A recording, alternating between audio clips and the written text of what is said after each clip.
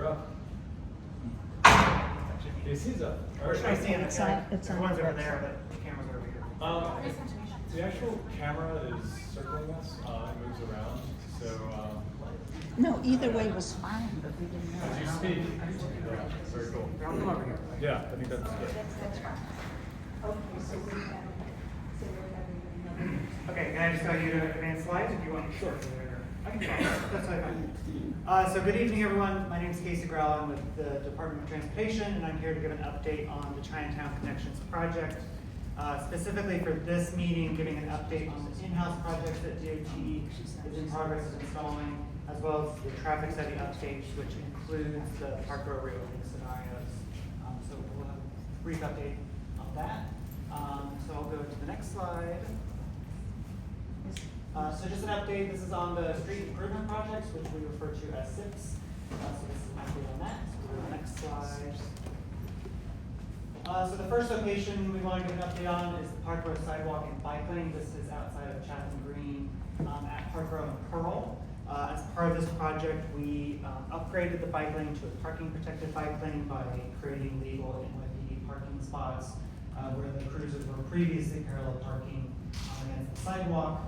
This creates parking protection for the bike lane and also maintains a clear sidewalk. There's also an art installation as part of our asphalt art program on the corner. The only outstanding items here are some final bike path markings, which should be going in potentially tomorrow, but for sure over the next couple weeks. Next slide. The next location where we're looking to make improvements is at the pinch point, which is under the 1PP Plaza overpass, where we're actually widening and creating a new sidewalk to separate out pedestrians and bicycles, where previously they shared space, as you can see on the image on the left, where pedestrians and cyclists are using the same space. We worked with NYPD to relocate a security fence. The fence is actually starting installation today, I believe, and should take a couple of days. We had to change a wall due to some grading issues at the location where there's changes in elevation, and the sidewalk will go under construction most likely by the end of the month and be completed by the end of the year. So at the end of the year, there will be a fully separate sidewalk with a steel face curb, completely separate from the bike lane, and the existing shared space will become a fully separate two-way bike path. And that's expected to be complete by end of year. Next location. This is at the other end of the Park Row corridor at Frankfurt and Park Row.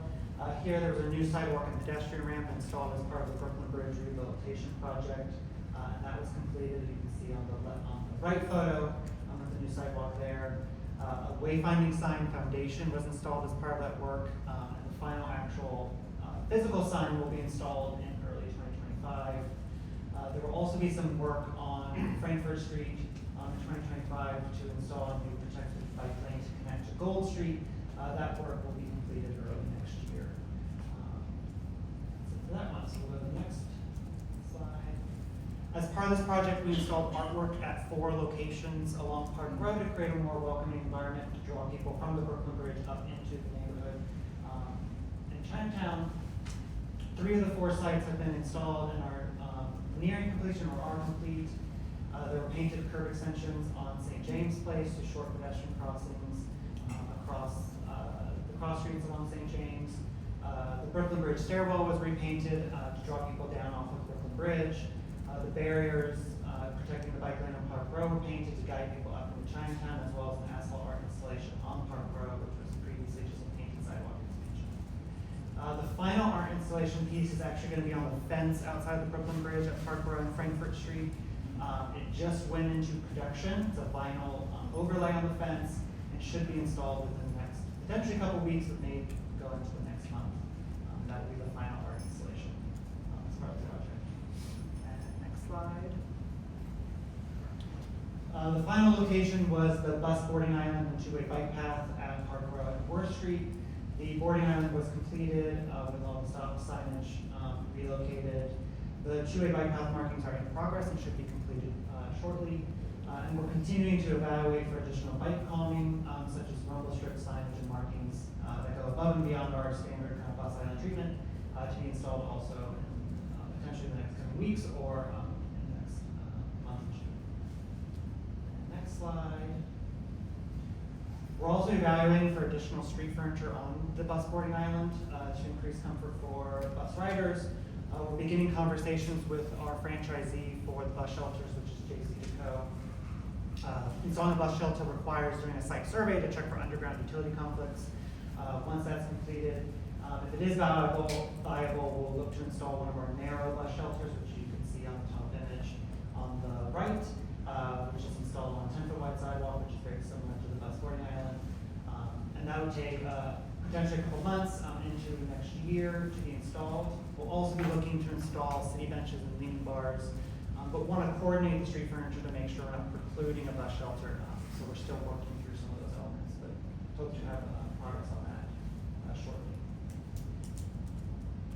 I just want to frame that this is a treatment that we use citywide. We use this at a lot of locations, so we do acknowledge that there's a lot of concerns about having bus riders cross a two-way bike lane. The most similar location we have is on 20th Street at First Avenue, which is in Manhattan, just north of this community district. So this is something we use.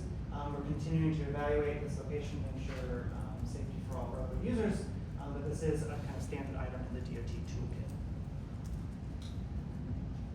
Next slide. So next I'll be going over an update on the status of the traffic study. We'll go to the next slide and give a kind of overview of the timeline. So the scope of work for this traffic study was completed in the spring. Data was collected in May. The existing conditions analysis, which I'll be going over in detail as part of this presentation, was completed in September.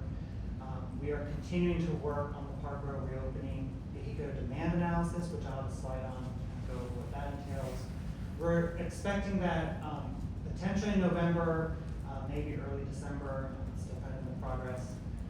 And then we'll move into the actual proposed conditions analysis, which is looking at modeling a Park Row reopening scenario and the Chatham Square reconfiguration project.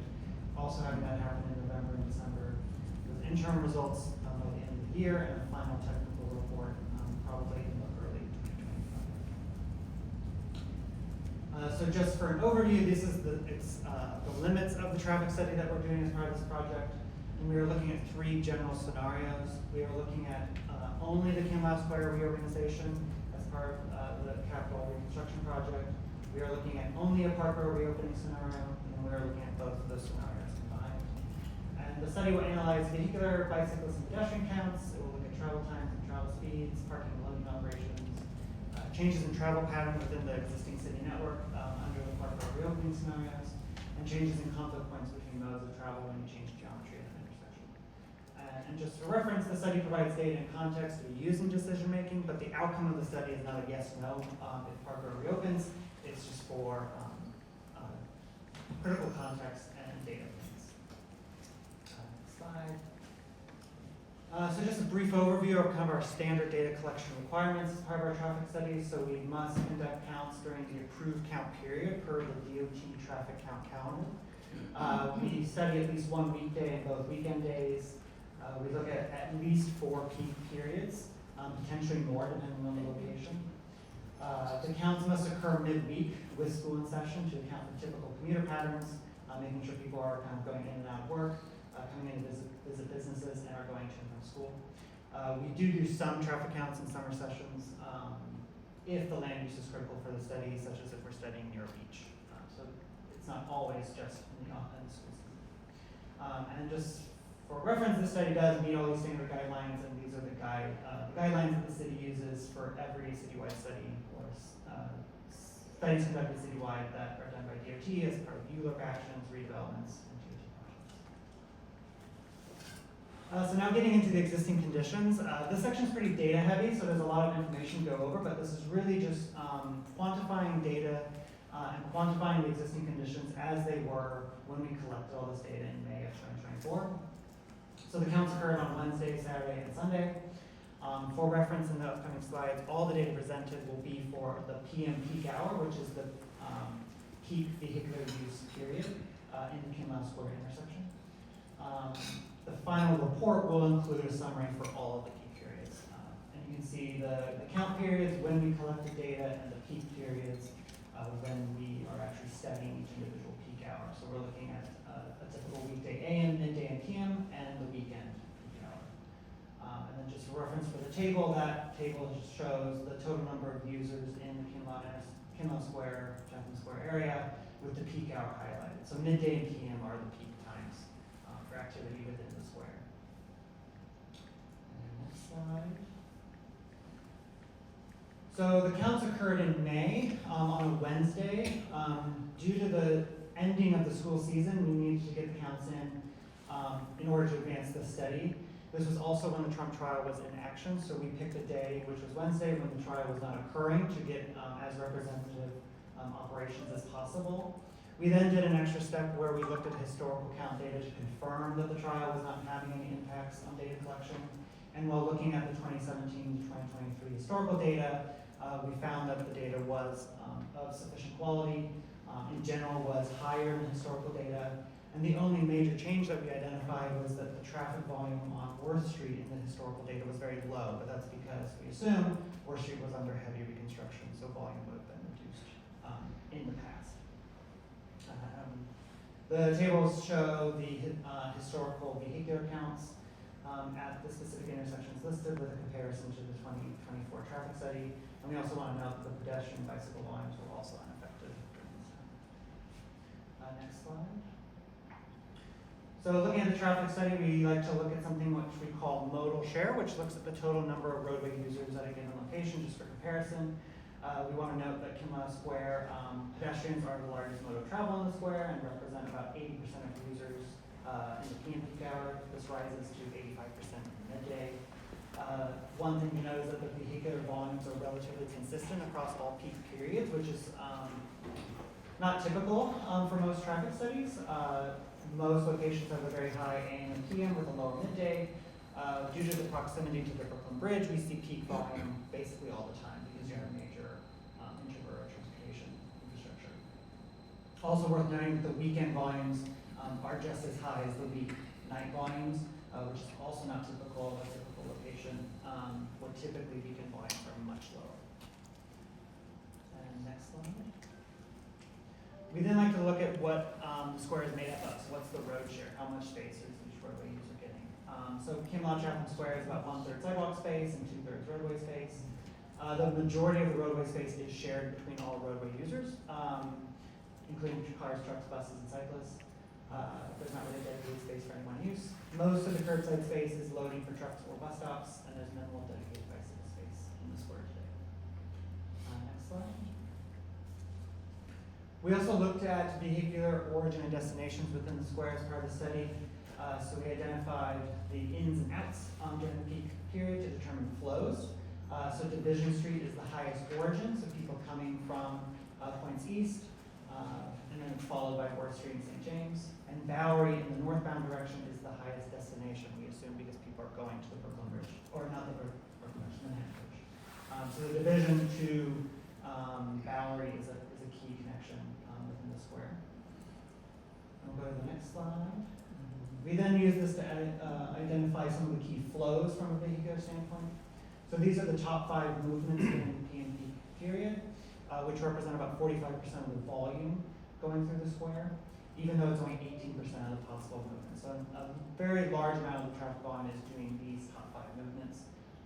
And this is fairly consistent across all peak periods. So you can see the St. James to Worth connection, and the St. James to Bowery, and the division to Bowery are some of the key connections in the square today.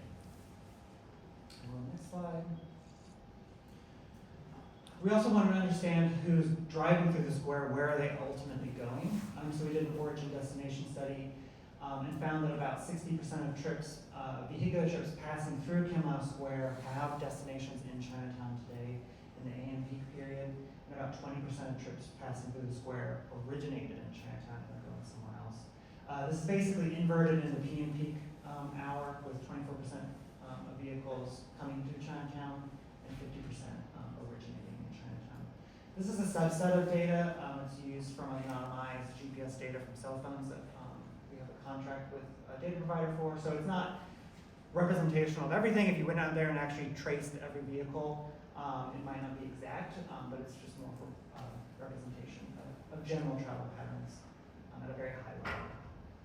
And the census blocks, this is done at a census block level, so the blue blocks are the destinations. So When it says, 58% of people passing through the square are going to Chinatown, those areas are where they're going.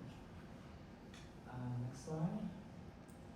We also looked at vehicular queuing to identify areas where vehicles are sitting at a signal to kind of as a standing for congestion.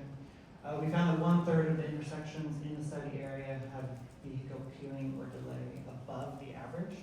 And the number one intersection was Worth Park around St. James, which had about 3 times the average of the intersections in the study area. So Worth Park around St. James is the most congested intersection in the study area, mostly due to its complexity. Next slide. We also looked at pedestrian movements within the square. Pedestrian volumes are higher on the southwest side of the square. The most used crosswalk is across Park Row, which today is a nearly conflict-free crosswalk. So there's less than 10 vehicles in the peak hour turning across that crosswalk. So the majority of pedestrians crossing don't interact with the vehicle. And that's true of about 61% of pedestrians in the whole square. So the majority of pedestrians today in the square are crossing where vehicles should not be turning across them. If everyone is in compliance with traffic signals. Next slide.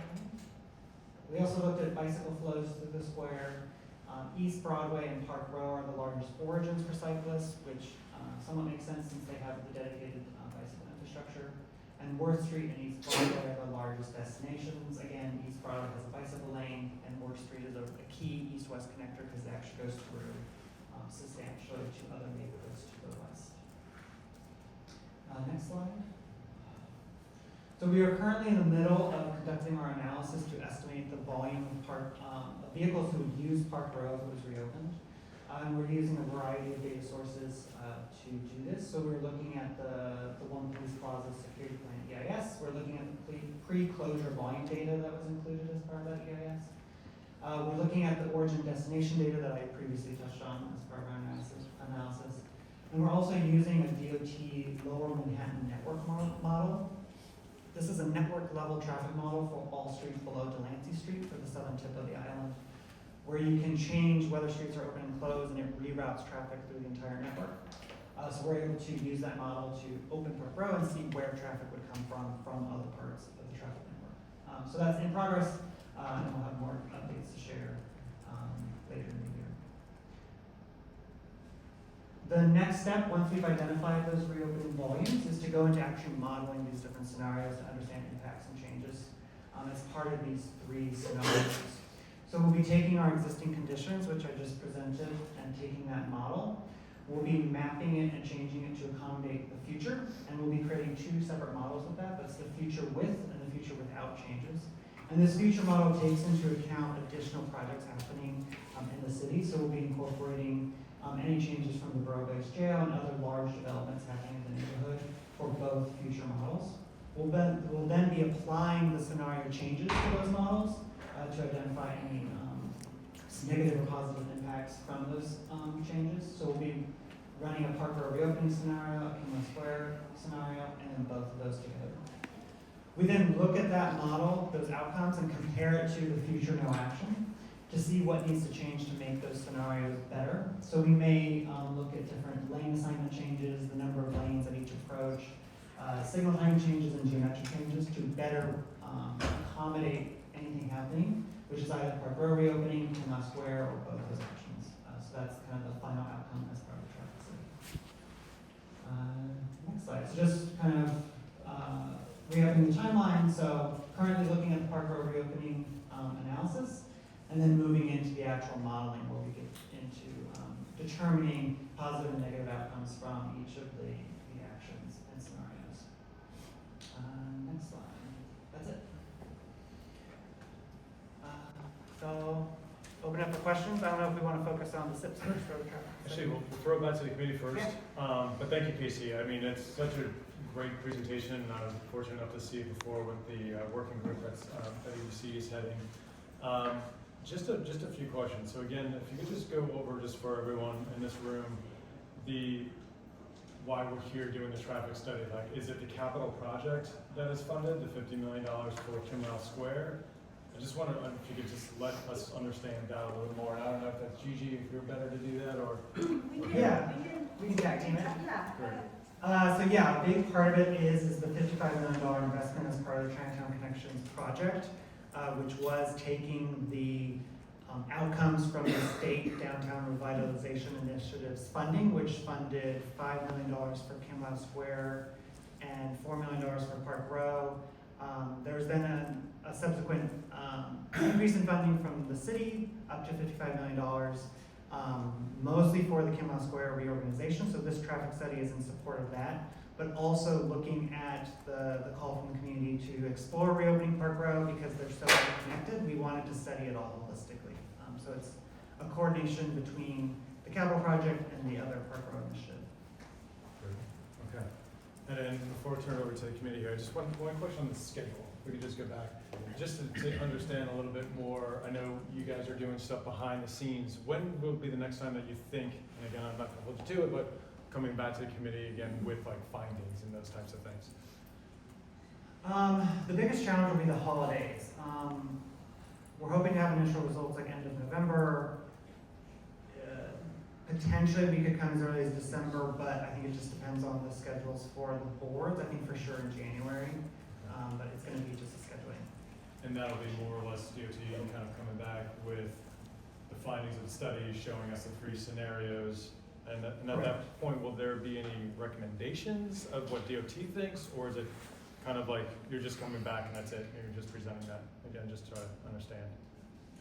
I think for this presentation, it would just be for DOT to kind of present the findings of the study. There's also the separate conversations and decision-making points that won't just be with DOT, since it is a larger city decision. So we'll just be coming back to present the traffic study results, both for the capital project and Park Row in conjunction. Yeah, great, thank you. And I'll open up to the committee. Solomon, I see your hand first, so. I was wondering, this is a group of studies. Is there something that DOT is also doing that's not a study, that's like a capital project? It's just going to be studies.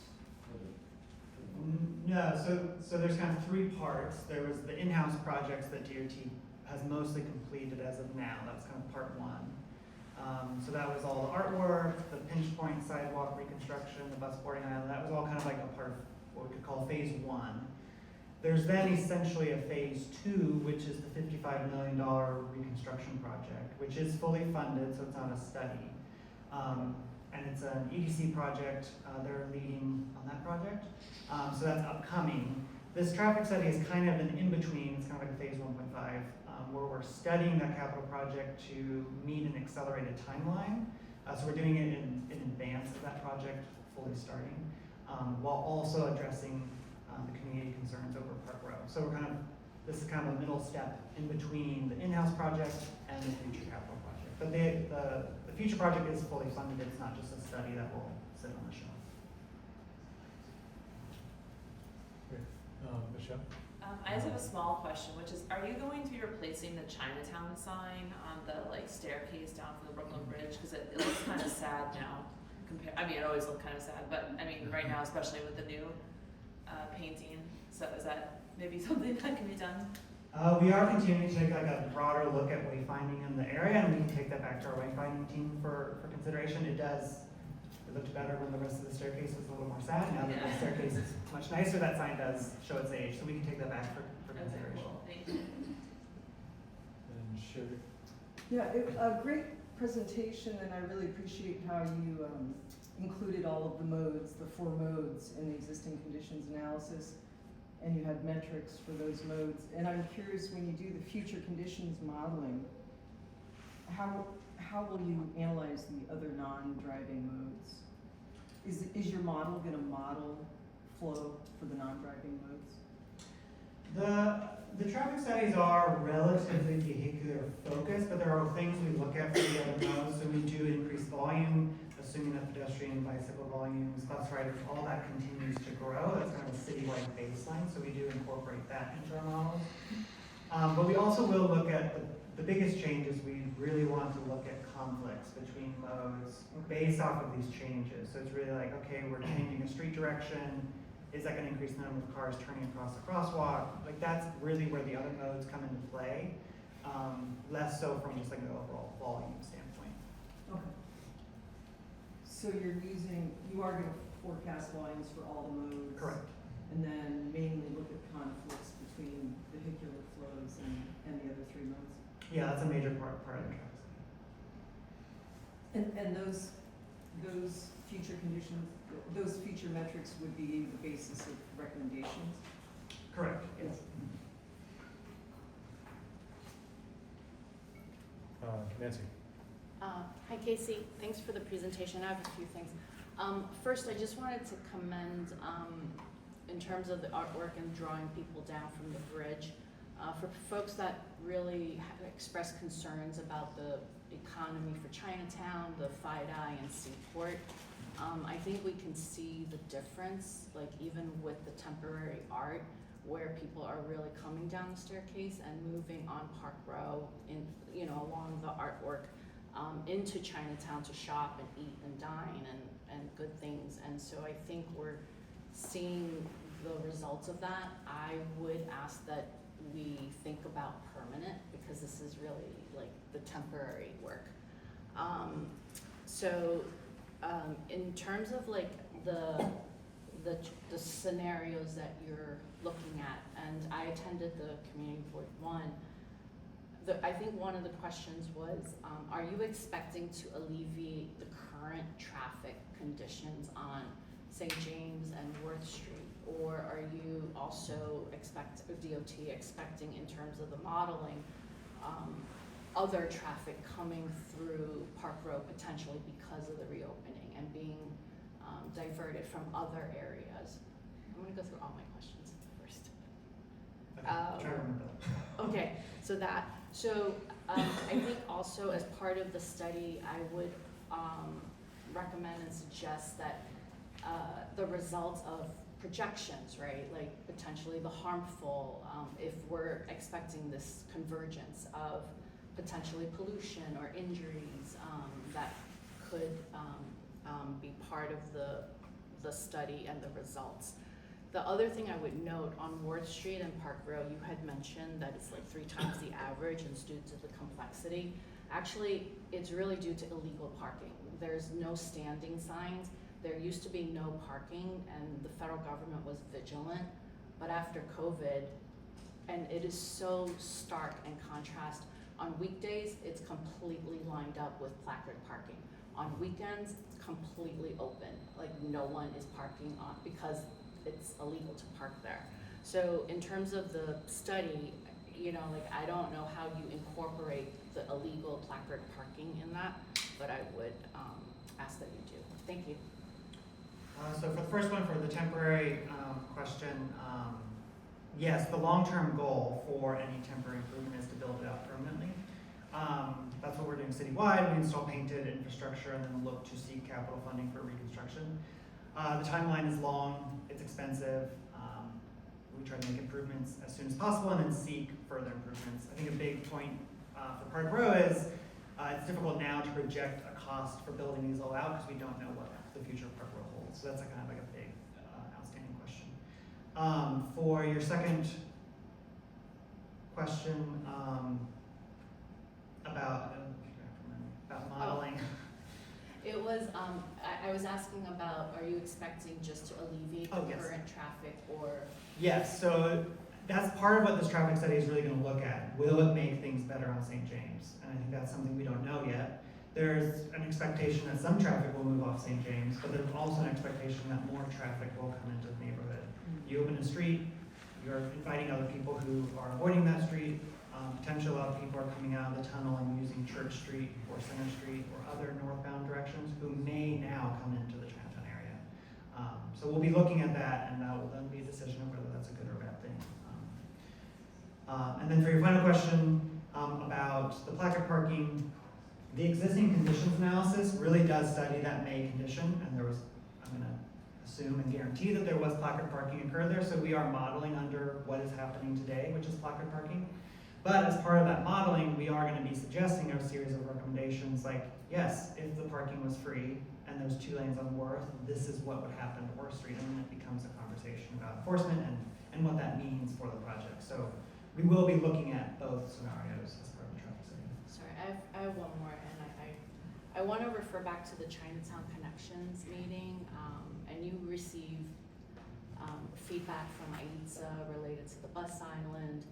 And so I wanted to ask about the rumble strips, because I think that's really important right now, because the bicycles are whizzing by both ways. And, you know, even with AITSA having, you know, potential, you know, her concerns about it, between that and also the potential shelter, like, folks are sitting on the benches on the other side. So they're waiting, looking for the buses, then trying to get across, and that's pretty dangerous right now. Yeah, so in terms of bike calming, we are evaluating rumble strips. We're working on the engineering drawings to install those. We'll probably do that through an in-house resource to get those installed. And then the long-term goal is to install a shelter and seating elements on the island, so someone who arrives to the bus stop can just cross whenever they want to cross, when there's a gap, not feel rushed. Instead of waiting on the sidewalk, and when the bus approaches, everyone rushes to the island. So the complicating factor is we don't want to preclude a shelter, so we're not moving the bench today. We could potentially evaluate doing that. We just want to have this conversation with JC Decode to ensure if a shelter is viable, and then we can coordinate a street furniture response and either move a city bench quickly, since it's a DOT resource. With the, whatever the calming solutions in the rumble strip, I really would suggest DOT prioritize that. That has to be there, like, as soon as possible. And also, in terms of the urgency with the shelter, I would also emphasize that, because winter's coming. For the, you know, they're not, the older population are not, you know, not using the bus. So I would, whatever you guys can do to, you know, prioritize that, that would be helpful. Yeah, we can continue to do that. Anybody else on the bid? Okay, and with that, so we have, again, if you want to speak, we have speaker forms up here if anyone walked in. Got quite a few here that we'll go through. I'm just going to go through my list and we'll have you come up.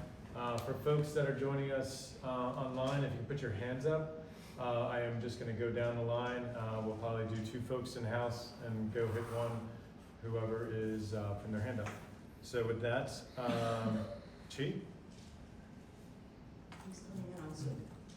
Oh, who's on Zoom? Okay, Chi, I have you signed up here. You'll have to put your hand up so I know who you are on Zoom. I'll get to you when we're doing Zoom, folks. Al? Hi, Al. Can I give you a microphone just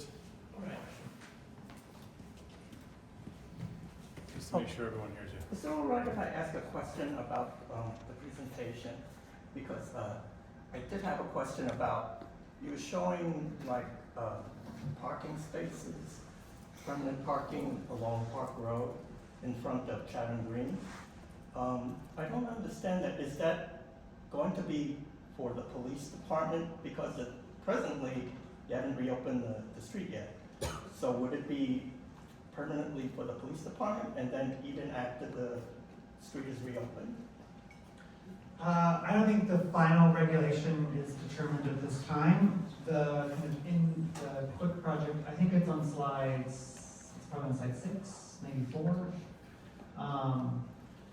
That was really to formalize and make a safer condition for what's happening today, where the police were parking on the sidewalk and the bike lane. So we just created the parking protected bike lane, moved them there. I think under any reopening scenario, there's no final decisions over what the parking regulations would be, the operations, none of that's been decided. I see. Because the Civic Center Residents Coalition had sued the city for all of the parking that was along Park Row after 9/11, because not only were residents prevented from parking there, but they had recently closed the 400 parking space municipal parking garage. So that really created a problem for the community. I don't know if a lot of people remember that, but I sure do. And I also found that, you're going to find this as well. I used to drive in through Brooklyn Bridge, and most of the traffic on Park Row was actually going to and from Brooklyn Bridge.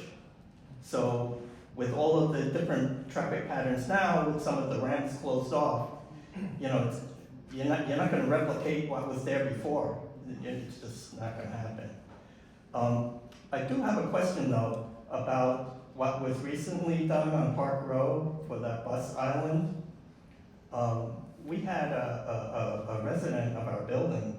She had a mishap where she was going to the bus stop, and you know, it used to be on the curb, but now she has to go onto the island, and it's a new thing. So she suffered some injuries from doing that. And I was looking at the island myself, and I was wondering, well, you know, why did she injure herself going there? So I took out a ruler and I measured the height of the curb. It's about 11 inches off the street. That doesn't sound right to me. Was that island actually inspected and approved? Yeah, so I think that's a good comment, and we do install bus islands higher, so the New York City Transit buses kneel when they get to a bus stop to deploy either an ADA ramp or to allow for more level boarding for people, so they don't have to step up onto the bus. So our typical for a bus boarding island is 11 inches, so the bus doesn't have to like kneel when it gets to the island. And I think the expectation for how to use the island is to cross the crosswalk where we do have the ADA accessible ramp. And I think with the future addition of furniture, someone could cross the crosswalk, be on the shelter, not be rushed, to potentially prevent what happened. Yes, I understand that, but this island is adjacent to a single lane roadway. Al, 10 And more also- seconds, we're already past 3 minutes here. Oh, So just 10 I'm more sorry. seconds. Because I didn't ask the question before, so I needed to do But that there's also. so many folks that want to speak, I'm just giving everyone 3 minutes, so you're past, I'll give you 10 more seconds if you All want right. to keep going. I understand that, but this island is between a single lane road and also a two-way bicycle lane where this young lady here also mentioned that without the rumble strips, these guys are riding at 30 miles an hour. And there's even a sign posted on Park Road for the vehicles, the motor vehicles, to stay under 10 miles per hour. So, you know, that it's the disconnect that could cause a real problem, people getting injured. Al, thank you, Okay. thanks. No, and we are continuing to evaluate additional calming to ensure slower speeds for cyclists. All right, Anna? It's your turn. And I'm giving everyone 3 minutes here, so just really, I kind of said 2 minutes, and I was like, letting you go for 3. I'm kind of really giving a maximum of 3 minutes here, just we have a lot of folks to get through.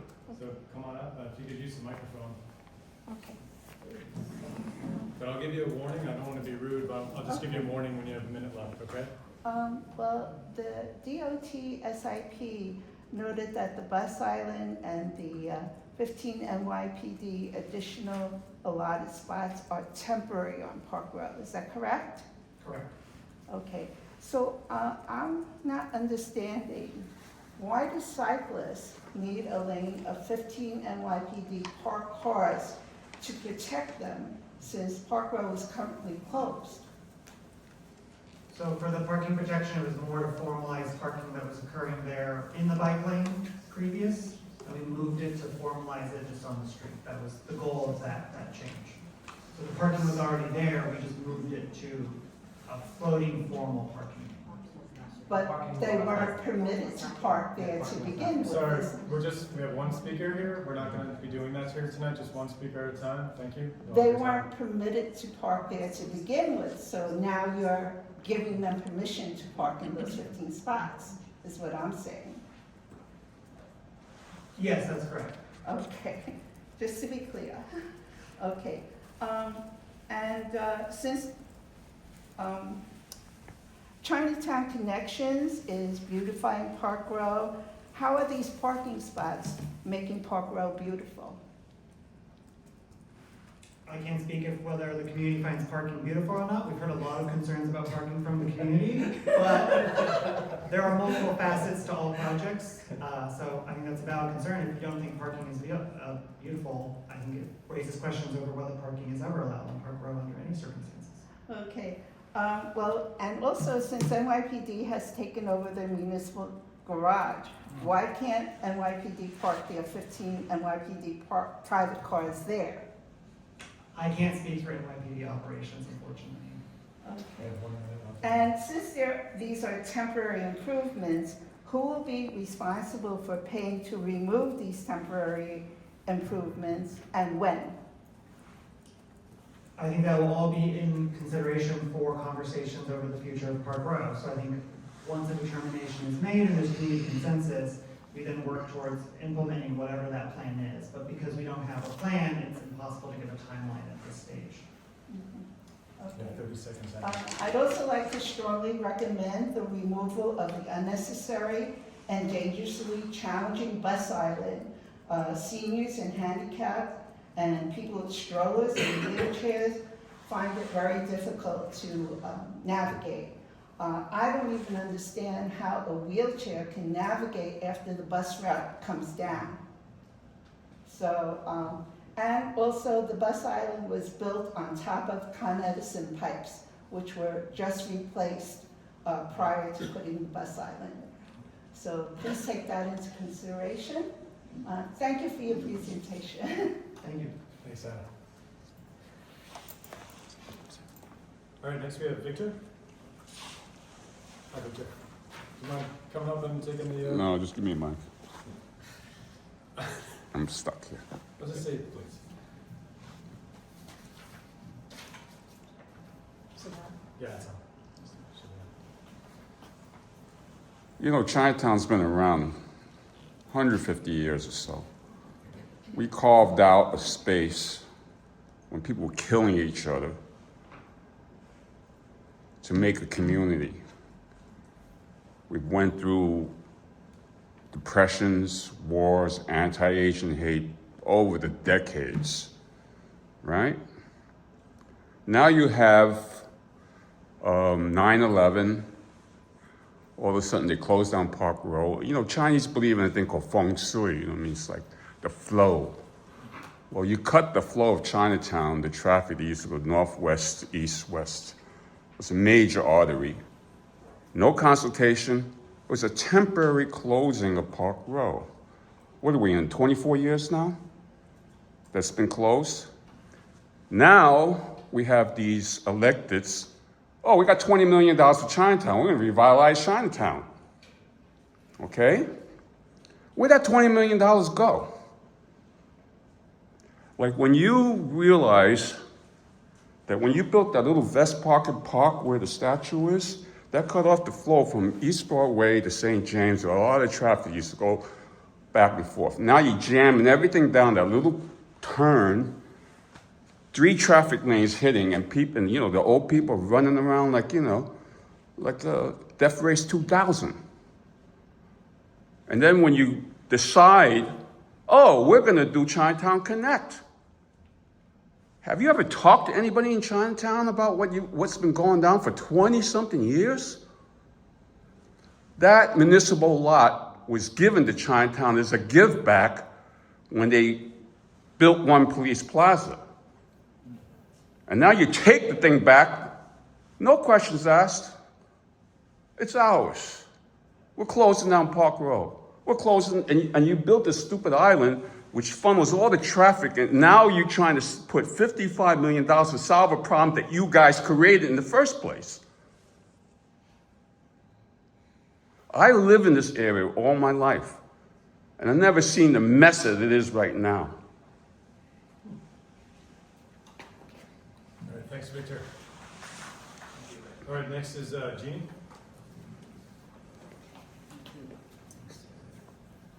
I'm listening to the data, thank you, Casey, for the presentation, but it makes me very concerned that we have this dense traffic study data modeling, and we do not have a community engineer to help us analyze and understand whether it works or not, because you know, when they make that last change, that shortly after the roads opened, the DOT realized that was a big mistake.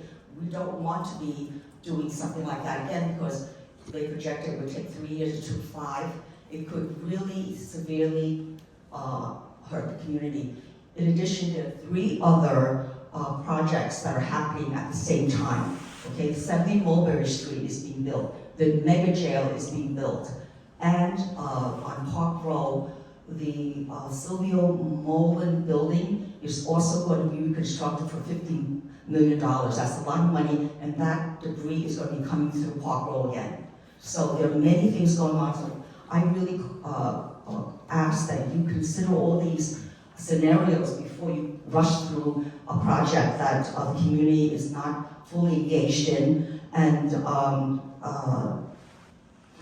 Park Row, 2 lanes open on each side is what we've been asking for, and someone just in my building said that we don't need 2 lanes working. And I don't think they understand. They said, oh, we have a procedure in place, and if you want to use the 2nd lane, there's no problem. It's absolutely not true. I have 5 instances that I can document where I went through the procedure and the security booth denied me access to the side of the building so that I could do my renovation. All the cabinetry, all the heavy appliances went around the corner and up the stairs. So that's another problem that I'm worried about.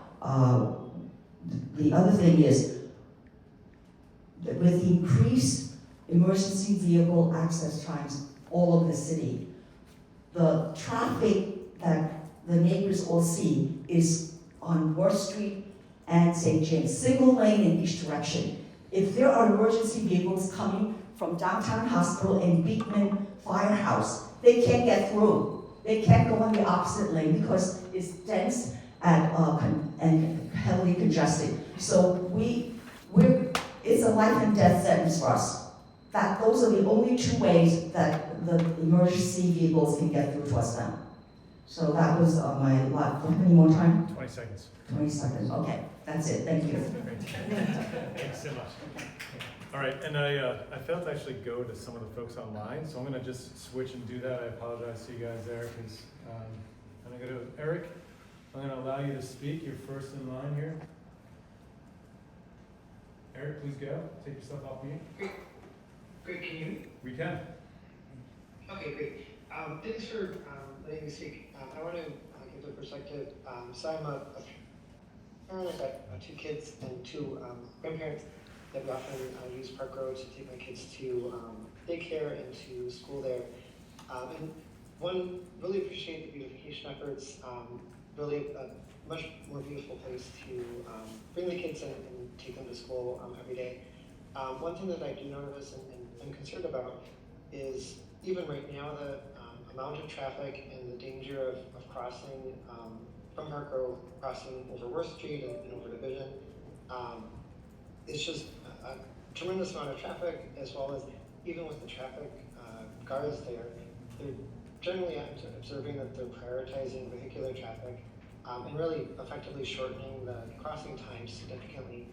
So pretty much every day I'm watching that children, elderly people are really being rushed to cross that street and trying to beat the traffic, and it gets quite contentious. So I'm just really concerned about anything that increases traffic there, especially given the studies that show that increased roads, increased capacity of roads really induces extra traffic. And so it's not always that adding lanes is going to kind of spread traffic or reduce volumes. It can actually bring more traffic and make things worse. So I just really want to express that concern, and I hope that the pedestrian experience of that area is really being considered, not just the raw number of people crossing, but also crossing times and the time to get from one intersection to just down the street. Thank you. All right, thanks, Eric. Sam, you're up next here. And Eric, if you could put down your hand as well. Sam, if you could just unmute. Hi, I think I'm muted. Can you hear me? We can, thank you. Great, thank you. Hi, my name's Sam. I'm a resident of East Broadway near Park Row. And I just want to say how nice it's been since the SIP had started to be implemented. The beautification that's already been done on Park Row has made it so much more inviting. I look forward to that process continuing and for Park Row becoming even more pedestrian friendly. I find myself using it more and more when I want to walk downtown. It's a much nicer, calmer path, even with its current restrictions, than other routes. And I think that I really want to emphasize that there is no need to reopen Park Row to private vehicular traffic. It's been closed now for more than 20 years. There are plenty of other ways that cars can arrive in Chinatown or can depart Chinatown for other destinations. And the reality is that the vast majority of people who visit Chinatown do so either on transit or on foot. Only 13% of Chinatown residents own cars, and about 80% of people who visit Chinatown do so by using public transit. Park Row presents a really unique opportunity to enhance the pedestrian experience to the benefit of the Chinatown businesses by directing the flow of people coming over the Brooklyn Bridge into Chinatown. More than 30,000 people cross the Brooklyn Bridge on foot on average every day. And right now, the wayfinding and the beautification is such that those people are not guided into Chinatown.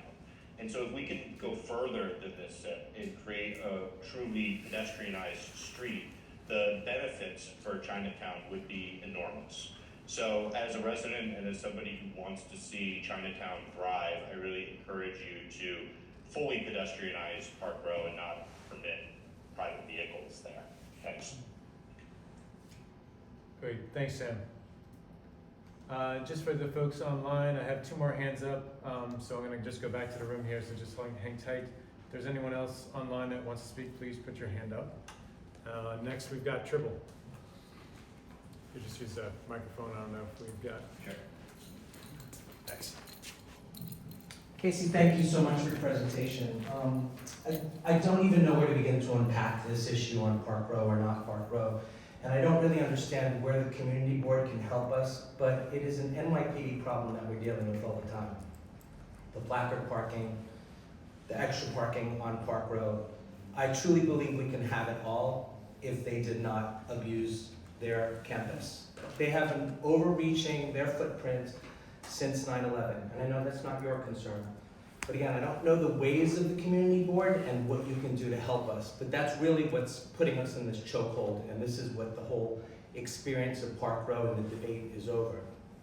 But I'm really here to talk about this bus island, because we did not want this, and we advocated to not put it up. We saw it as dangerous, and you had city officials write in, you had a community outcry. We spoke about it in the connections meetings, we asked many questions, and still, it went in at breakneck speed. Now, Casey, you said that the bus islands is high for the bus. On this side over here, this is 11 inches. On this side over here, it's 5 inches. So the bus can go down. But what you're causing seniors to do is have to step onto these things, and children and handicapped people and so forth and so on, when they're rushing for a bus. That's really dangerous. And you had said to us that crossing these bike lanes and moving lanes was a huge concern on all these bus islands that you had put in, right? And you said that up till now, you didn't know of any injuries, but you're gonna monitor it. Well, there's an injury now, and we have a testimony. This is the worst thing that could possibly happen, aside from somebody getting killed crossing a two-way bike lane, and I don't want that to happen, but I submit to Community Board 3 the testimony of Paula Chu, who tried to get up on this bus island, had to try to step up to this and fell on her knees, and she bled. This is a danger. Then you sat in the same meeting as I did in the connections meeting, and Asa Torres spoke of getting hit, going to the hospital, getting a black eye. I wondered, did you follow up with her Just 30 and seconds. ask her where that happened? Because again, she was talking in relationship to here. So I really think that this bus island really is a danger. And we can't warn you guys enough over it. And everything has been ignored. you know? And that really needs to be reconsidered before something bad happens. No, I think your concerns are heard, and I definitely think we'll take that back to our groups. The goal of the city is not to implement something that's unsafe. This is a standard element, we found it to be safe in other locations. We continue to evaluate, we will review the testimony, and ensure that it continues to be safe and do everything we can to ensure safe operations. Yeah. And it will be continued to be discussed as part of this larger project, because the capital project does include this section. So it is still up for conversations and debate, changes, like it's not a permanent fixture, so Yeah. it's still. I believe I have 15 more seconds, and I just want to say that we asked you for examples in Manhattan, and you didn't give us anything comparable, and you said that there's nothing that exactly mimics Park Row. But I have to say, then why are we being guinea pigs here to test something that doesn't exist inside of Manhattan, that you're putting in this bus island at breakneck speed? You put it in so quickly and didn't listen to the input. So you gave us the Bronx, you gave us... Triple, we Yeah. got 3 minutes of, Casey, if you could just reply to that. Yeah, so we do have an example of Manhattan. It's just north of this community district. The only difference that this has is that the bus pulls out of the travel lane, which, as people have stated, Park Road is closed, so a bus stopping in a travel lane does not impact general traffic. And the only change for this location in Manhattan is it's not within a security zone. There are very few security zones in Manhattan, so there's very few locations to pick from. So the only real difference is that there is a secure zone and the bus is not in the moving lane. But that is the exact same situation at 20th Street. 20th Street has a two-way All right, lane Triple, I appreciate for a it. dedicated We're gonna bus keep lane moving. and a lane that can go around. We have one lane now. So 20th Street does not apply. A lane that is not open for general traffic. That's like a big consideration for this, that the bus does not impact general traffic. Thank you, Triple. Howard?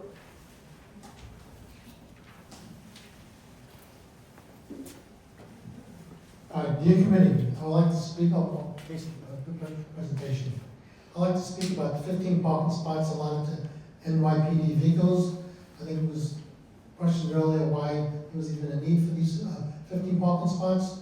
This committee approved the allocation of 15 spots and would like the committee to rescind these spots due to rampant abuse by NYPD with their vehicles. This abuse includes, but is not limited to, parking more than 15 vehicles in the area, parking onto the bicycle lanes.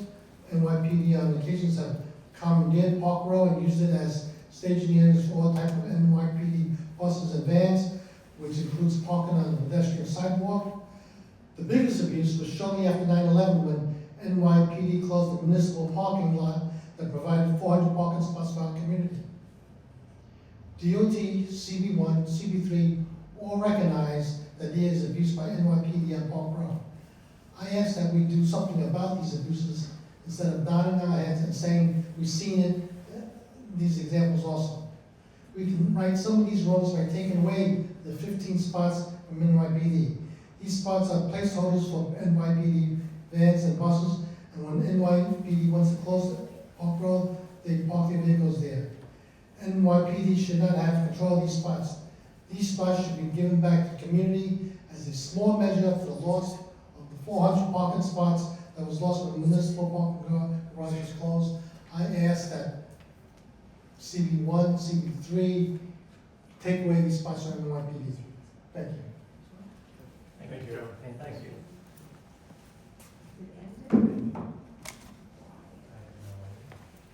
Just hold on, folks, we just lost a Zoom, so we have a few folks.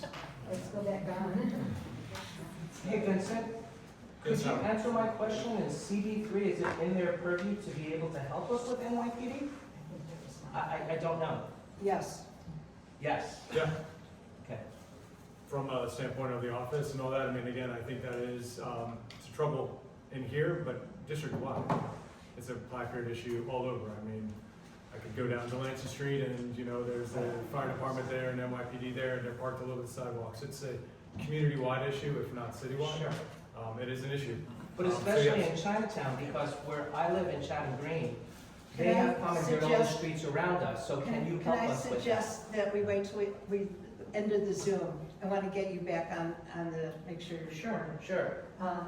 I just didn't know whether I was chasing something that didn't exist, that you guys couldn't help with that.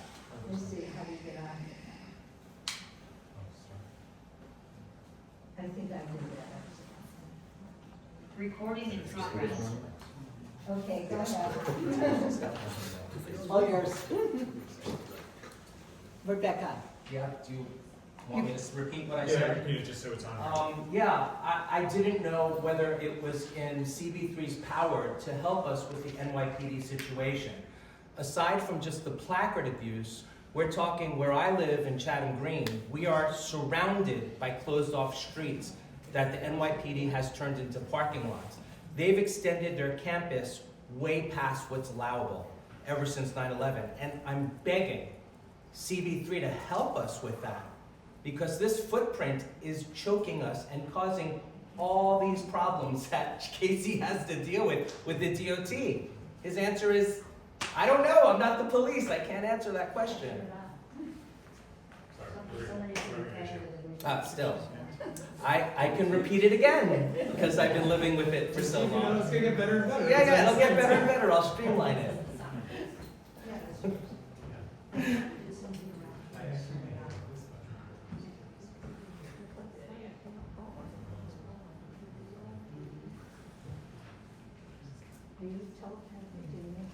I was on video. Here. There it goes. I was on watching. Thank you. So now, with that we start. You do good? Hey, we're good, I'm just not gonna touch it. Recording in progress. You're back on, Triple. Really? I mean, We're on again. you're back on. Okay, so again, what I'm saying is I don't know whether or not CB3 can help us with the problem that is the NYPD in our neighborhood. Aside from the placard parking, the abuses all around, which cause the problems for the DOT and the community, they have surrounded Chatham Green where I live, and they have extended their campus past their One Police Plaza, and they basically have put us in a chokehold and turned all our surrounding streets into parking lots. How much parking do they need? And I'm begging CB3 to help us solve this NYPD problem. Thank you, Triple. Yes, and Susan, who's our district manager, we can. Yeah, we'll definitely do help. this offline. I will say it's gonna be very difficult because you understand how things are at the police department right now. But They're a yes, very strong union, I know that. it's more than that. We will treat it as a separate subject. We'll absolutely, please email me and we'll figure out, next step, how to start dealing with this. Thank you, and you see how it impacts everything Casey's been presenting to us. All the studies that he's doing, it includes the placard parking and doesn't include the placard parking. It includes Park Row open because the police don't want it open, and everything. It all stems from Thank NYPD. you. I'm gonna go, we've got another agenda, item. We've Sure. got some more folks here. And then just to repeat what I said is that it is a community-wide issue with placard abuse throughout CB3, so I'm with you there, for Park Okay. Row as well as everywhere else in CB3, so thank you. Fantastic. All right, Felix, you're up. If you could unmute yourself. Good. Hello. Thanks very much. Yeah, I'm a resident of Chatham Towers, and I just wanted to reiterate what other people have said about how much improvement we've already seen from the street improvement project. I do have a question. Insofar as what we're trying to do, for the time being, while it's not reopened to private cars, is make it as nice as possible for pedestrians and bikes. I have a question about all of the concrete bits and pieces, which I was told would be removed as much as possible as part of this SIP. We still have those sugar cubes on Park Row, both at Pearl Street and up by the barrier, police barriers. We have the big Jersey barriers running down the middle of Park Row. So I was wondering, are those going to go at some point, and if not, why not? Great question. So the question was, is some of the additional security infrastructure, such as the sugar cubes and the Jersey barriers, going to be removed? I think we're continuing to coordinate with NYPD about some of those items. There were some cubes placed recently at Park Row and Pearl Street on the south on the Chatham Green kind of corner. And those were placed there to keep PD out of the bike lane and off the sidewalk. They placed their infrastructure to keep themselves off of it. So we're continuing to coordinate what is necessary. We're still having some of those conversations over all of the items. But we can keep having that conversation with PD to further reduce the amount of infrastructure on Park Road. Excellent, thank you so much. Just wait till- All right, thanks, Felix. Donald, you're up.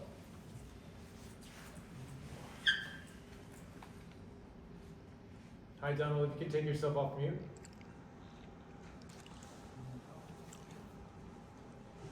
Yeah, hi. Actually, my name is Chi. Hi, Chi. I have been in the community for 40 years. I recently retired. So I keep myself active and alert. And so about 8 months ago, I was walking on Grand Street towards Christie Street. And I had the green light to walk. Then all of a sudden, an e-bike hit me. And I flew about 10 feet away. So luckily, I landed on my shoulder and was not hit by any ongoing traffic. So given the dynamics of the transit throughout Chinatown, so you can imagine how difficult for any seniors or people with disability be able to maneuver. So when I find out that there was a bus island on Park Road, I was just a little bit puzzled. Because when you have traffic as busy as Park Road and Chatham Square, then you have a sidewalk and a bus stop. It's going to create a lot of issues for seniors and as well as people with disabilities. And I also have the authorization to speak, provide a statement by the president of CCBA, Tony Chu. As some of you may know, CCBA is Chinese Consolidated Benevolent Association. They're one of the oldest community organizations, founded in 1883. So this is his statement, if you be able to record it for the record. On behalf of CCBA and its 60 organizations, we are very concerned about the dangerous bus island built on fast track without proper community input and against the warnings of the community. Already one senior has been hurt. However, it is clear that more will be hurt by this dangerous construction. We urge the city to remove the island immediately so riders can once again more safety from the sidewalk.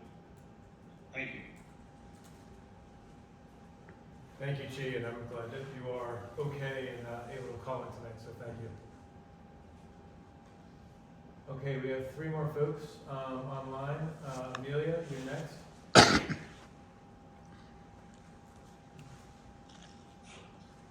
Hi. Can you hear me? Yes. Hi, so I'm John, and I'm residents of the neighborhood as well. Just to reiterate some of that everyone has said, we are concerned about the opening of Park Road, both as a driver and as a bicyclist and pedestrian in the neighborhood. I know that when I make a right on Worth Street heading east, most folks are actually not heading down towards the Brooklyn Bridge area, which if you open up Park Road, I'm not sure how much congestion will relieve traffic on Worth. I do want to reiterate what Nancy had said about the no standing sign. There is a point on Worth Street where we remove those double the cars that are parked there. It should be able to help alleviate the street. I also bike my child. I also bike my children to school on Park Road, and are also very concerned about that place opening up.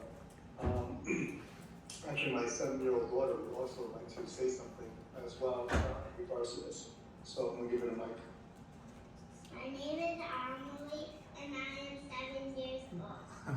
I think it is a bad idea to open Park Row because the little kids that live here might cross the road, and one of the drivers in a car may not see the little kid crossing the road. And when my dad is taking me to school, the cars will block his way and the cars can hit us and get into an accident. Also, the cars have pollution. Thank you so much. Online we just had a hard time listening to the presentation that I think Dr. Jason had put together. I would love to see on that, how that everything impacts each other. But we just want to share one perspective of what as a resident what we experienced. Thank you. Thanks to you and Amelia, and the presentation will be on the CB3 Manhattan website. So if you can go there, you can go through that website and find it. Thank you. All right, Janet, you are last, and actually will be the last speaker tonight on this topic, so go away at 3 minutes. Hi, my name is Paulo. I'm a resident of Park Row. Just last week, I was coming out of Luna, and I wanted to cross the bicycle lane, and I almost got hit by, I think, a delivery person on a bike.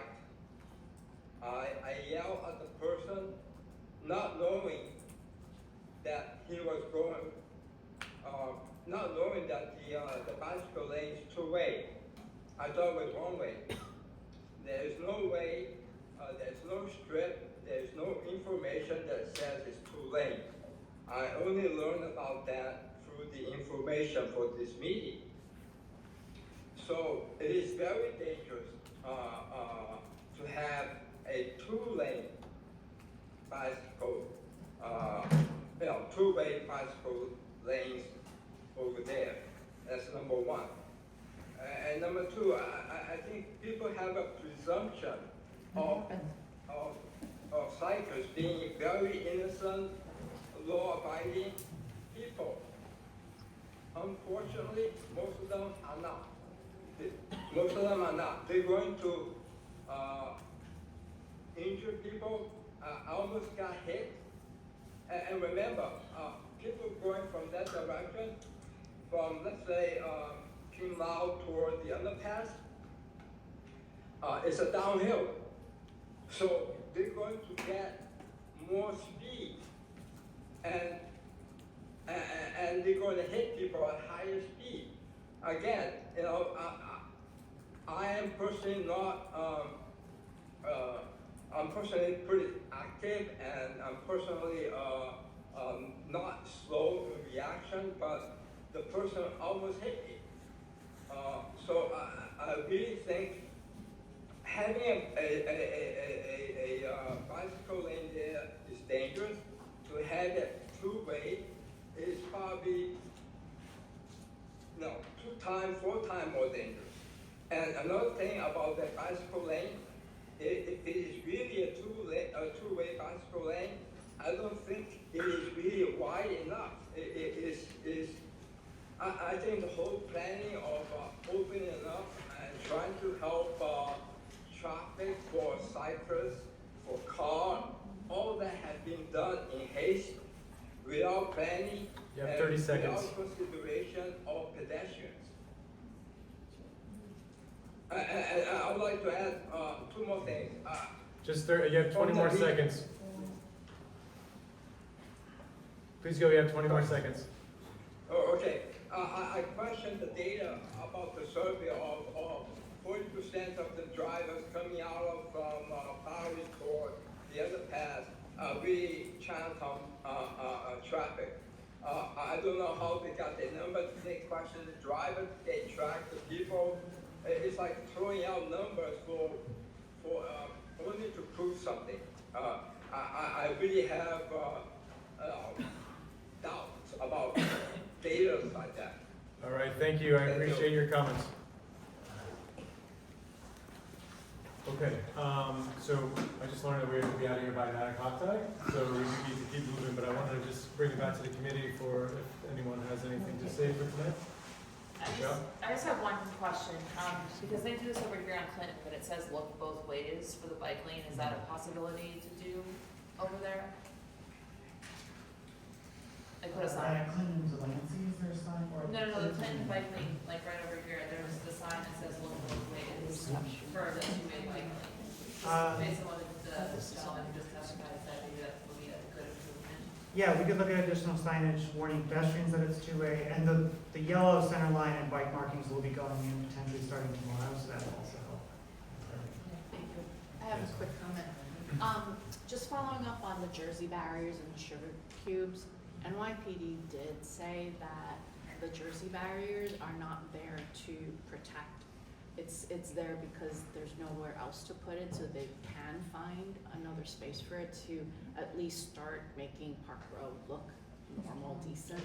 So I would just, remind you of that when you talk to NYPD about removing the sugar cubes and Jersey barriers. Yeah, we can raise that. Thank you, Casey. Anybody else? All right, and I'll just say that, I think it's been said, but getting the amenities out there as quickly as possible, especially the bench, because I feel like that is something that is really necessary for some of the concerns that I'm hearing. But that would be great if you figure out how to do that, and even if it needs to be moved at some other point. But I appreciate you all coming out tonight. We do need to move to the next agenda item. I got one question about that. Sure.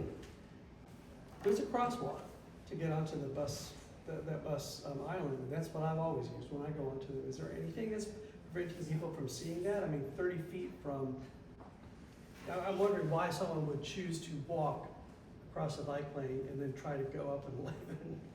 I wouldn't. Why don't they walk to the corner? There must be some visibility problem, I suspect. It could be for a variety of reasons, I can't. Because there is a crosswalk in the corner, and that's where someone should go. And then what happens then is that there is no step whatsoever to get from the sidewalk up onto the bus itself, which is a lot safer for people. But they have to understand it, and so I just think that there must be, I looked at it and I don't see the impediment to be able to see that there's a clear, safe path.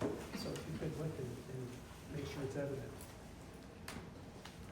Okay. Get those rumble strips in. Yes. The people riding those e-bikes